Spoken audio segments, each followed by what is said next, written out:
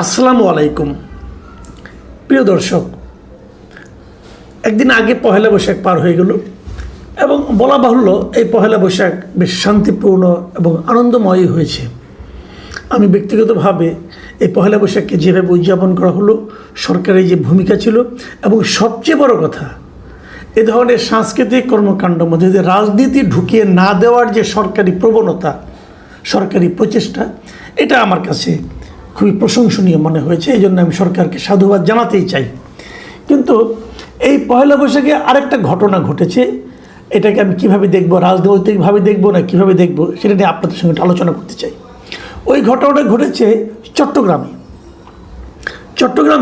এই এনসিপির নেতা এবং সংসদ সদস্য ব্রাহ্মণবাড়িয়া থেকে নির্বাচিত মিস্টার হাসনাত আবদুল্লাহ, তিনি চট্টগ্রামে গিয়েছিলেন চট্টগ্রামের সাবেক মেয়র মঞ্জুর আলমের সঙ্গে দেখা করতে।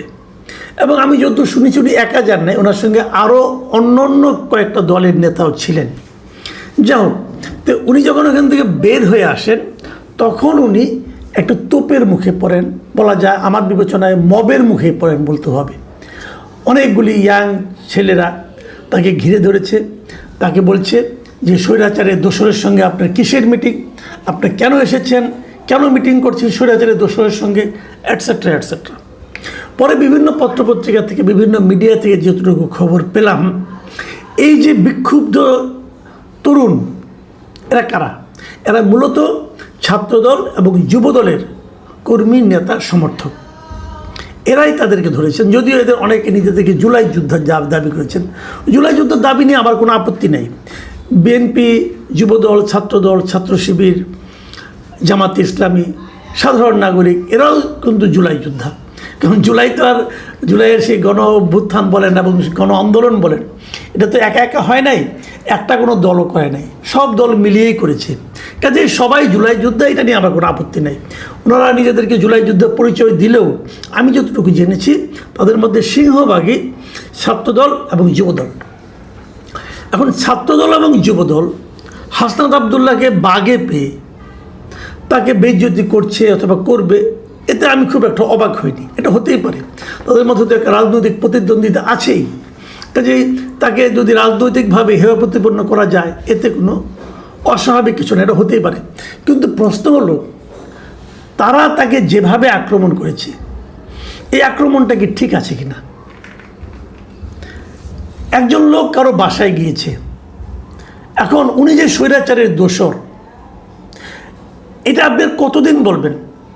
বাংলাদেশের স্বৈরাচারের দোসর ছিল নাকি বলেন আপনারা?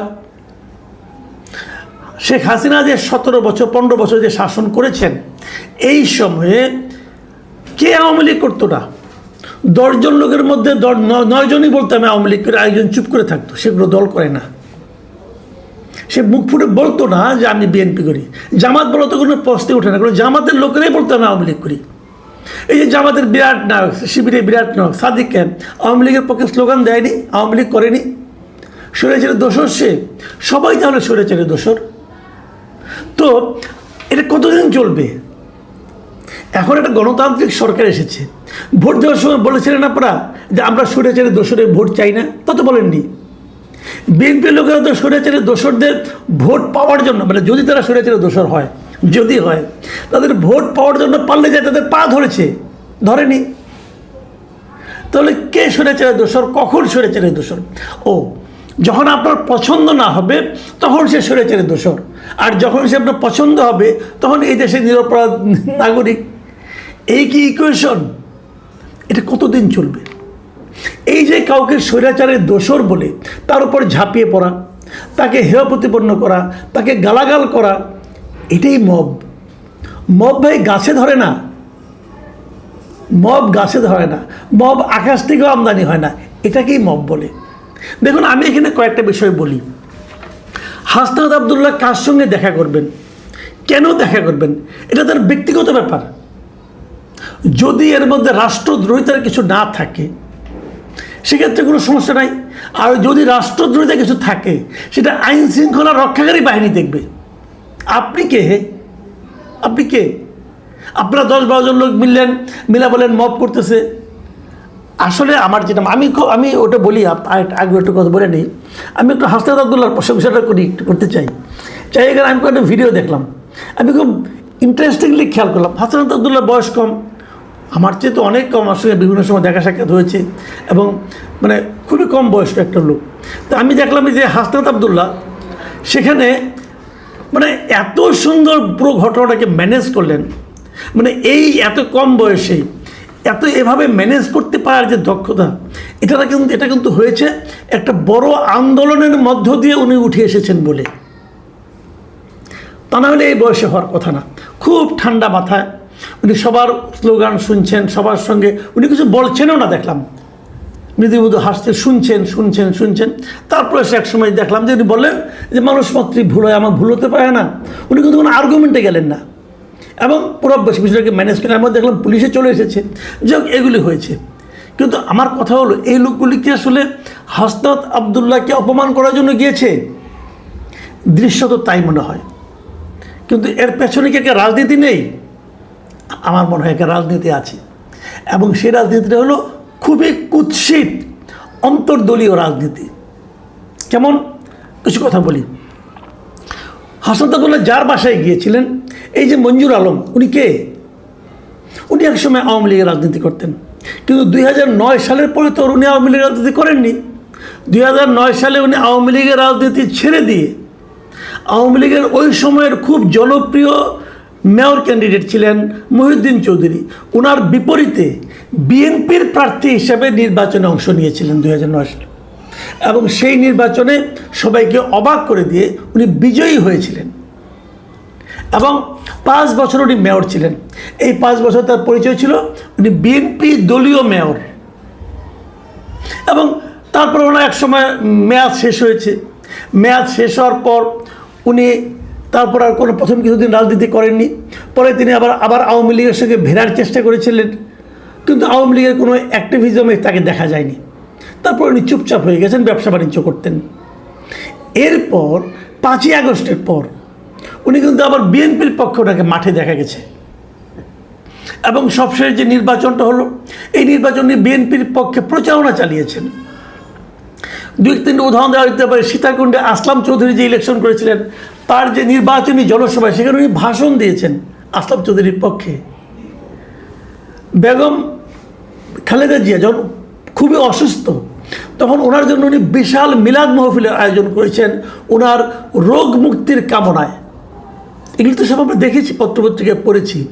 কেবল তাই না, জানুয়ারি শেষ দিকে তারেক রহমান যখন নাকি আপনার চট্টগ্রাম গেলেন, তখন ওনাকে কিন্তু ওখানে একটা ফুলের সম্বর্ধনা কিন্তু আয়োজন করেছিলেন এই মঞ্জুর আলম, এবং সেখানে তারকে যে ফুলের সম্বর্ধনা দেওয়া হয়, তখন তার পাশে চট্টগ্রামে যে বর্তমান মেয়র একটা শাহাদাত, তাকেও আমরা দেখতে পেয়েছি। একটা শাহাদাত তো বিএনপির। তো তারা সবাই মিলেই তো তারেক রহমানকে সম্বর্ধনা দিয়েছেন। তাহলে উনি স্বৈরাচারের দোষর কবে হলেন? 2009-এর পর থেকে উনি 5 বছর বিএনপির মেয়র ছিলেন। তারপর অল্প কিছুদিন প্রথমে অবসরে গেছেন, তারপরে অল্প কিছুদিন আওয়ামী লীগের সঙ্গে জড়িত হবেন বলে বলেছেন। হয়তো সেটা পরিস্থিতির কারণে হতে পারে, ভাবেন একসময়, ওই সময় বাস্তবতাটা কী। কিন্তু তারপর তো আবার উনি বিএনপির সঙ্গে, এবং আওয়ামী লীগের কোনো অ্যাক্টিভিজমে ওনার অংশগ্রহণ ছিল বলে কেউ বলতে পারবে না। তাহলে উনি স্বৈরাচারের দোষর কী করে হলেন ভাই? উনি তো বিএনপির লোক। এখন প্রশ্ন হচ্ছে, উনি যদি বিএনপির রাজনীতিতে চট্টগ্রামে খুবই অ্যাক্টিভ হয়ে যান, তাহলে চট্টগ্রামের বিএনপির রাজত্বটা যারা করেন, চট্টগ্রামে বিএনপি যাদের নিয়ন্ত্রণে বলে তারা দাবি করেন অথবা ভাবতে ভালোবাসেন যে আমার নিয়ন্ত্রণে চট্টগ্রামে বিএনপি আছে, তাদের কারো কি অসুবিধা হতে পারে? হতে পারে। এই জায়গাতে মূল সমস্যাটা। মঞ্জুর আলম খুবই প্রভাবশালী একজন ব্যক্তি সামাজিকভাবে ওই এলাকায়। ওনার গ্রহণযোগ্যতা সামাজিকভাবে বিপুল, এবং এরকম গ্রহণযোগ্যতার একজন মানুষ যদি বিএনপি রাজনীতিতে অ্যাক্টিভ হন, তখন ওনাকে ইগনোর করা অনেকের পক্ষে হয়তো সম্ভব হবে না। সেই জন্যই কি তাদের অনুগত যুবদল ছাত্রদলকে লেলিয়ে দেওয়া হয়েছিল? আসলে তাদের লক্ষ্য হাসনাত আবদুল্লাহ ছিল না, তাদের লক্ষ্য ছিল মঞ্জুর আলম। দেখুন অন্তর্দলীয় রাজনীতিটা কেমন চলে। আমি দেখেছি এটা, যে যখন আওয়ামী লীগ যখন ক্ষমতায় ছিল, যে 15 বছর তারা শাসন করেছে, সে সময় আওয়ামী লীগের কিন্তু প্রচুর নেতাকর্মী কিন্তু নিহত হয়েছে, আহত হয়েছে। কার দ্বারা হয়েছে? আওয়ামী লীগের আরেকটা গ্রুপ দ্বারা হয়েছে। এই গ্রুপ ওই গ্রুপকে পিটিয়েছে। মানে এখানে কিন্তু এই যে দ্বন্দ্ব, এই দ্বন্দ্বের প্রকাশ ঘটাতে যে কিন্তু রাজনৈতিক আদর্শ কোনো কাজ করছে না, এখানে কাজ করছে স্বার্থের দ্বন্দ্ব, আধিপত্যের দ্বন্দ্ব, নেতৃত্বের কোন্দল। মানে নেতৃত্বের কোন্দল, ব্যক্তি স্বার্থ দলীয় স্বার্থকে ছাপিয়ে যাচ্ছে। এটা কিন্তু একটা দলের জন্য, একটা দেশের জন্য খুবই মর্মান্তিক। আজকে বিএনপি যে রাজনীতি করে, এই বিএনপির যে প্রতিষ্ঠাতা জেনারেল জিয়া, ওনার কিন্তু একটা খুব জনপ্রিয় স্লোগান ছিল। উনি বলতেন, ব্যক্তির চেয়ে দল বড়, দলের চেয়ে দেশ বড়। আর আমাদের বিএনপির নেতারা কী করছেন?